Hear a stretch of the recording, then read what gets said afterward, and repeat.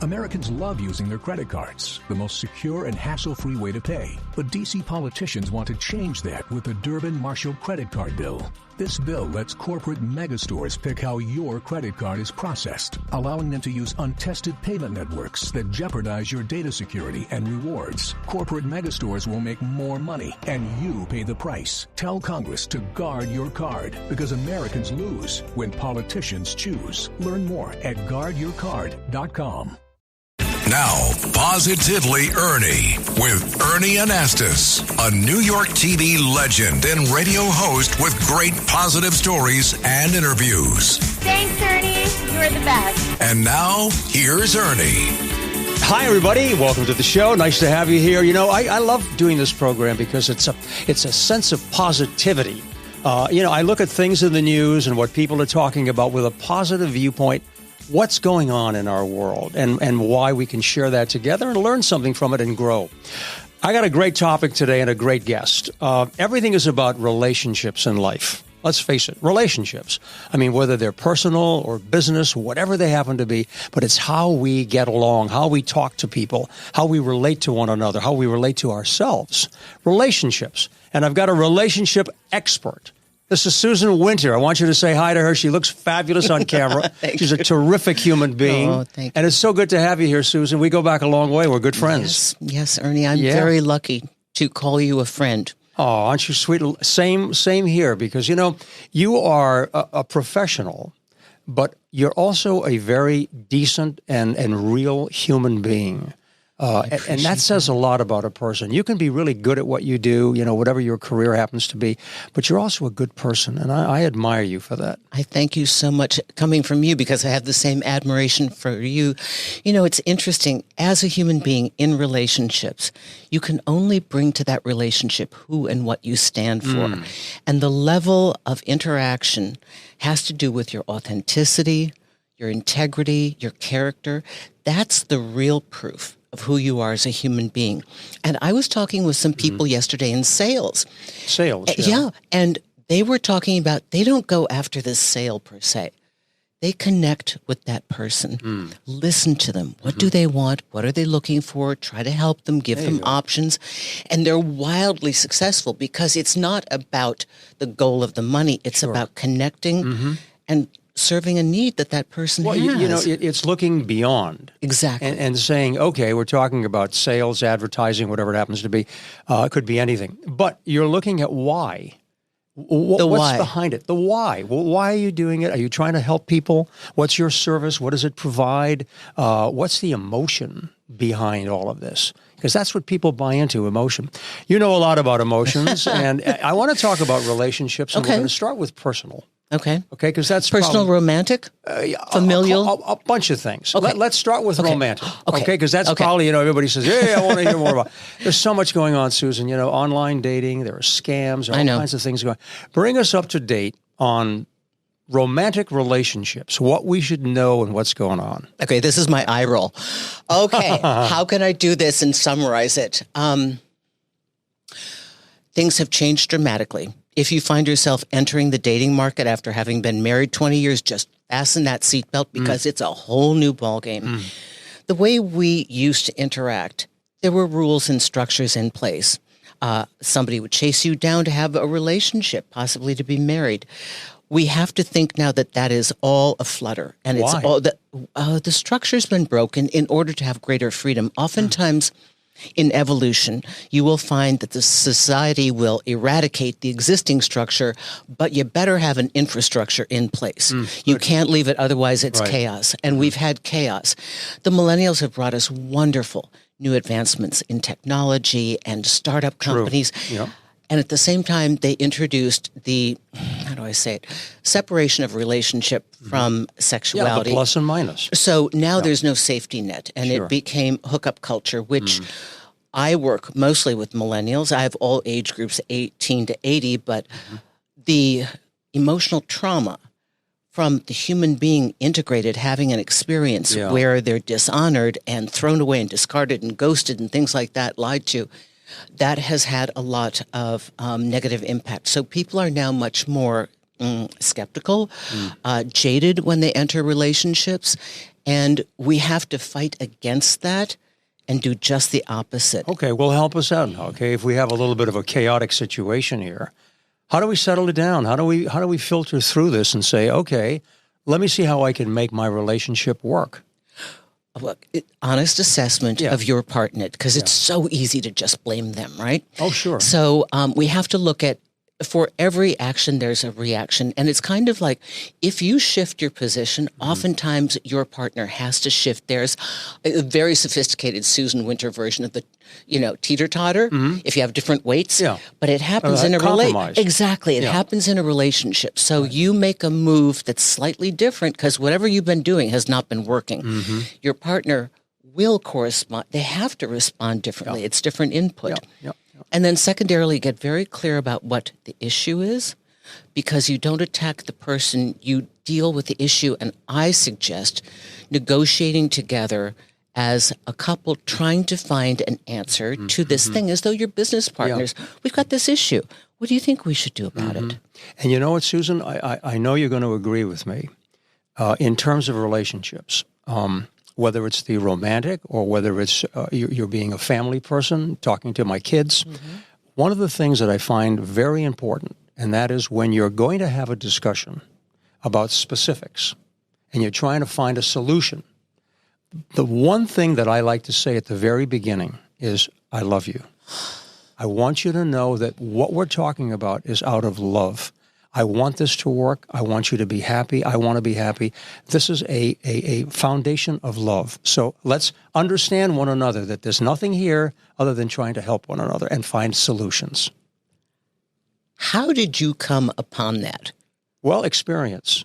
And growth, but that's family. That's like so bedrock. And it sounds so basic. And it's worked. Of course it works, because there's no defensiveness. Right. Because they know they're loved. Now they know you're in it together. You're working as a team to make something better in their lives. That's the way that you go from arguing to negotiating and problem solving together. Yeah, I like this idea. So we're going to jump around a little because there's so much to cover. Okay, there's a lot in relationships. So you're talking about relationships, millennials to all the way into the 80s and so on. Okay, so older couples, okay, people who have lost someone, people who have divorced, people who are looking for the second time around. How is that relationship situation working out? What do they need to know about? The big pro and a big con. Okay, big pro, they've had relationships. They know the terrain. They've been in committed relationships. They know what it takes to have one, and they come in with a very clear mindset. When you're older, you know who you are. You know what you like, you know what you don't like, and you're not trying to please somebody else. This is like basically who I am. Right. That clarity Honesty. is brilliant. Yep. Okay, plus the history. Yep. Con, dwindling numbers. Not everybody. You've got a lot of women that are in great shape. They look 20 years younger than their age, and they're supposed to be with men 5 to 15 years older. Those guys are all dead. Not everybody's healthy. So oftentimes you have a dwindling prospective pool of partners. That's where you have to think outside the box. And whatever your image was of what they have to be, you need to open up your mind and say, send me the best. Okay, listen, I want to find the person that's right for me. Let me listen with my heart and listen to what they're saying and kind of get rid of maybe age, maybe color, maybe background. Are you saying, in a general statement, don't be so choosy, don't be so picky, be realistic, be understanding? I would frame it as be open. Be open. Okay. That's a good way to put it. Be open. Be open to being surprised. Yeah. Sometimes your perfect match comes in a box you never expected. Open up your mind to the wild card. It might be perfect for you. I like that. There are a lot of scams, okay? We report that on the news. We know that these stories are out there. I know. So many scams. And it bothers me because I say, if people would only spend that amount of time on something good. I know. Instead of, trying to do all of these terrible things to people. So what do we watch out for when it comes to scams? If it's too good to be true, love too soon, the person doesn't know you, but they're wild about you, you've got to really check yourself. Would we love to believe that this incredibly gorgeous person just thinks we're amazing, we've never met, and they're professing love and giving us everything we want? That's not realistic. Also, if you can't physically meet them in about 2 weeks, with AI, it's going to get harder. You can have a Zoom call with this person. In the past, you couldn't. They're like, oh, my phone doesn't work and I've got an issue. They could lie to you. Now, you don't know because you can be talking to an AI. Susan, AI is changing the world. I know. And changing everything about it. So we're going to have to be really careful in watching the influence that AI is going to have on dating and relationships. Well, AI can't yet meet us in person for coffee. Right. So I think we're covered there. But all this, I'm working on an oil rig in the outside of Istanbul. Yeah, I mean, my girlfriend fell for that. I'm like, I know a little bit about Really? this. Happened to her? I happen to know about the energy business. It's like, that doesn't happen. They don't have internet there. Also, they use AI. They use kind of some bad AI, like a chat GPT, to create a response to you. And you'll notice it's a team of people. It's not one person. You're on a leaderboard and what you like and your dog and all this. And you'll suddenly get a good morning. Morning is a wonderful time to have a great breakfast. You're going like, where is this coming from? Yeah, insane. It really is. Well, we're going to have to watch for all of this. So now let's assume that you get into a good relationship. Okay, wonderful. And you're happy with the relationship. Yeah. Now, how do we maintain it? What do we do to preserve that relationship, to help it grow and nurture it so that it really blossoms and stays for a long time? Well, Ernie, what have you done? Same thing. You've put in the time, put in the energy. So don't walk away. So many people think their job is done once they've captured the person. Like, okay, I got her, I've got him. Now I can that is checked off my list and now I go on. Sure. And it is ongoing growth. We need to grow independently to be interesting and dynamic to our partner. And our partner should not be frightened by a new hobby or a new, I don't know, something that we take on to expand ourselves. And so it's like this, the DNA strand. You grow independently, you grow together. You just used the word open before. Open. Yes. Right? So you have to be open to all these things, all these new ways, ideas, and so forth, and try it. And two, you always need to look at your partner with fresh eyes. 20 years, you look at them across from a kitchen table, you know exactly what they're going to say to you. You know what they're going to do. You know by the way they drop the spoon what they're feeling. We have to constantly input, as you know, something new and novel. Sometimes just taking your partner and going, I need you to pack a weekend bag. Don't ask any questions. This is what we're going to do. And try things together that shake it up. Because here's the rub. We love relationships because they provide stability and predictability. And it's the same reason why we become bored and discontent. Humans need a little bit of fresh, new, different to survive. So you need to keep adding that in, just kind of like a condiment, like a salt or a pepper into your steady diet. I've used this expression for a lot of different reasons. Consistency with the element of surprise. Perfect. Right? Perfect. Be someone that you can depend on. Yep. But at the same time, surprise me. Let me show you something that I want to try. Let me show you something that I want you to try with me. And that's very important. Be consistent. You knew so they that. know who you are, but the element of surprise. Okay, now we're going to move on. Business relationships and other relationships. There are stories, endless stories about nasty people who have done terrible things to people, whether it's in business and that sort of relationship, who are just mean-spirited, who are ready to take from you and steal from you. We have to be very careful about relationships. Someone once said to me, let someone prove themselves to you before you give them your trust. And be careful how you do it, but just be watchful. Many times, if you're too open and if you're too honest and if you're too trusting, you can get in trouble. What do you think about that? Two things. The history books are filled with incredibly successful people that were nasty human beings. Billionaires who have made a fortune and screwed everybody over. At the end of the day, you and I have chosen a philosophy for the way that we would like to live our lives. For us, not for them. To be the person you would be proud to have met here. I like that. Be somebody you admire. And that's your North Star. To be honest, Ernie, all of us at some point, no matter how smart we are, no matter how wise we are to the tricks, we will be fooled. We will be betrayed. We will be let down. It's the human condition.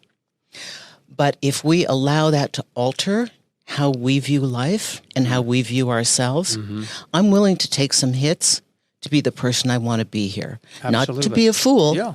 but to understand. And you know what? When you're that kind of person that lives that way, Sure.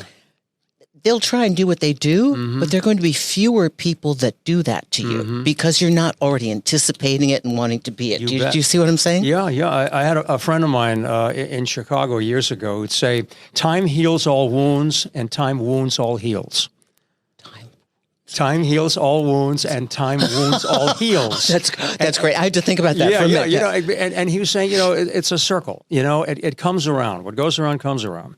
And I think that's very true. But, I wish that we could share some of this with children when they're very young.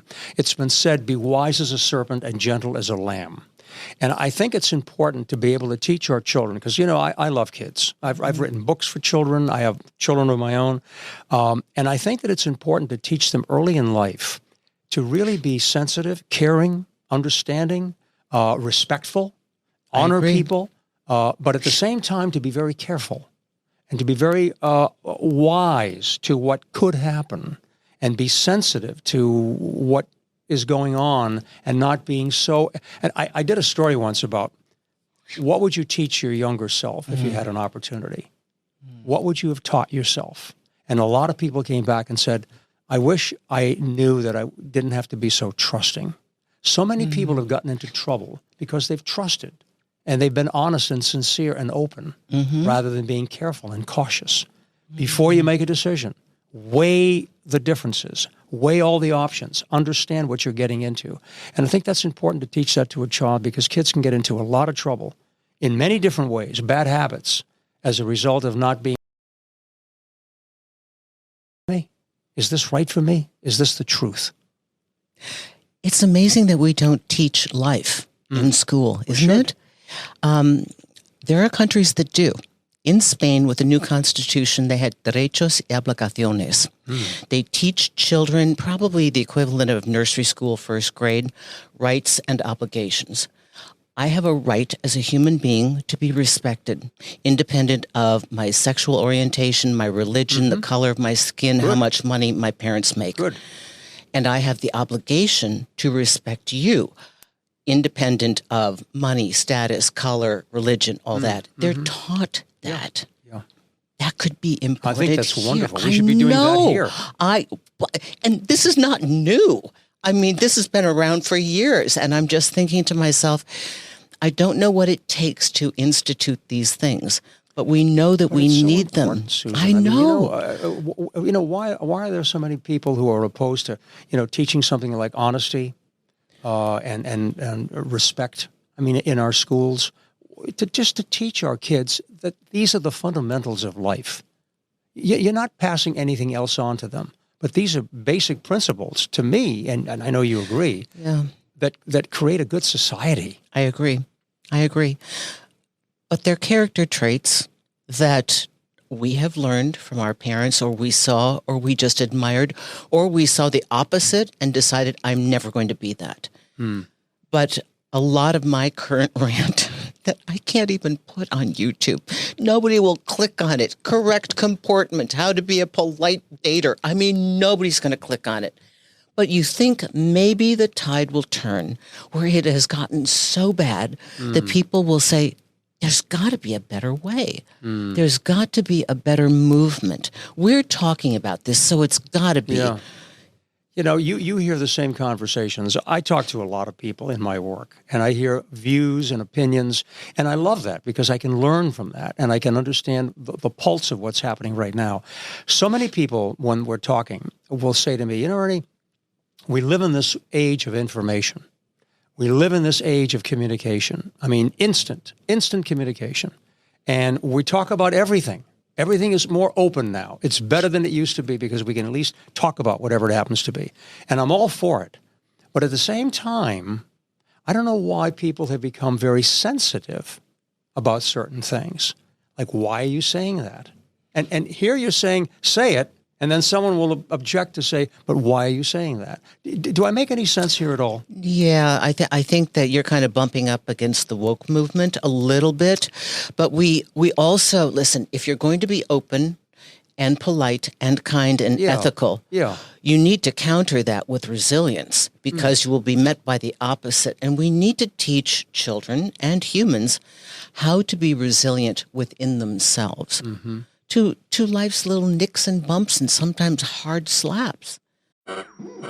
We interrupt this program to bring you an important Wayfair message. Wayfair's got style tips for every home. This is Styles McKenzie helping you make those rooms sing. Today's style tip. When it comes to making a statement, treat bold patterns like neutrals. Go wild, like an untamed animal print area rug under a rustic farmhouse table from Wayfair.com.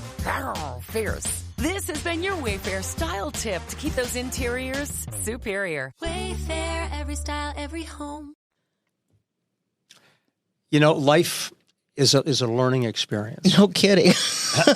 and no matter how old you are, you know, there's always something new to learn. And that's why we have to be open. We have to be open to communication. As a relationship expert, you started talking about technology and AI. Yep. What do you see down the road in terms of what the future looks like as far as us being able to communicate better? What are the tools that are going to help us, not work against us? What's going to make a difference? I don't know. For me to project into the future, you know, I would be guessing because I'm not in technology, but like any new movement, there are going to be negatives and positives. If you look at history, people were worried that the television would make us stupid and people were worried about the radio. It will bring positive and negative. It will become harder and harder to know what is real and what is true. And that's why as we advance between AI and everything that's coming our way, it's really imperative that we have a code that we have chosen to live by, a philosophy that we believe in, so that when we can't trust anything else, at least we can trust ourselves, because that's where it starts. And humans, in some ways, the greater information, I mean, I listen to podcasts in the manosphere because I have to. I mean, I want to hear what everybody's saying. And there are a lot of men in men's groups now that are struggling to combat the ideal masculine guy, kind of impervious to any kind of emotion and always tough and always virile, and then fighting to understand what they're feeling and processing what's happened to them. And so men are going through, there's a lot of open dialogue now, and therapy. Everybody's in therapy. Sure. I mean, at least we're not embarrassed by it either. Oh, yes, I remember. Saying, okay, I have a problem. Help me out. Yes. Yeah. I mean, it's like... Anyway, so I think to myself, we're becoming more educated about ourselves. Sure. But at the same time, we need to be more educated as to how to handle each other. Very important, a one-on-one. I always ask my guests a question, and it's one of my favorites because I love children. If you were to pass along some information to a newborn child, oh boy, something that you would give it to them and say, here's a little nugget, tuck it away, and at the right time when you can understand, I hope you'll be able to utilize this in your life. With all of your experience as a relationship expert, what advice would you pass along to a newborn? Well, a newborn. Well, okay. Yeah. Well, pass if I could just like insert it in their mind. Yeah. They'll save it sometime and they'll use it. Okay. And I want to say this properly, but nobody attacks the disempowered. Meaning, when they come after you, you know, like when they want to take you down, and normally it's a group of people, bullies in school, kids being mean to you, people trying to take what you have or jealous or hateful. They're doing that because you clearly have something they don't, and they don't believe that they could ever have it. That's why they have to destroy you having it. So it has less to do with you being disliked and more that you're unaware of the power that you have. And what would be the message to this newborn that they can use someday? If they come after... This is what you do. This is how you counter that. Understand that it's because you have a power that people are jealous of, and they don't know how to develop it, or they're too lazy to do it themselves. Yeah. Like, everybody wants to be a good golfer. You want to practice like Tiger Woods, and, like so many times you swing, you've now got back surgery. Yeah. But, I mean, everybody wants to look in shape, but are you willing to be in the gym every day at 6 o'clock and then diet? So people will want what you have work to achieve, and they may want to take you down. I think for me, it was very hard. I was an only child. I grew up only with adults. I couldn't really speak to children. My vocabulary was similar in second grade to what I have right now. And people didn't know what to do with me. Yeah. And I was on the receiving end of a lot of trying to figure me out. And when they couldn't figure me out, just have to squash it. And I think that you don't realize if they're coming after you, you're onto something good. And look how that all worked out in your favor. You're a gem. Oh, thank you. You are. Ernie. I mean, you've learned a lot.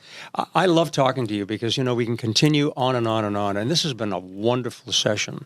Will you come back so we can do this again? Never. I'll never come. I would love to. I feel like I'm having coffee in my kitchen, and you're my best friend. And here we are. I know. We're good friends. I know. Susan Winter. Thank you, Ernie. I'm telling you, she is terrific. If people want to reach out to you, someone wants to reach out to you, what's the best way to do that? Go to SusanWinter.net, or you know what? Just type in Susan Winter to Google. How this is possible, I'm number one. I don't pay for it.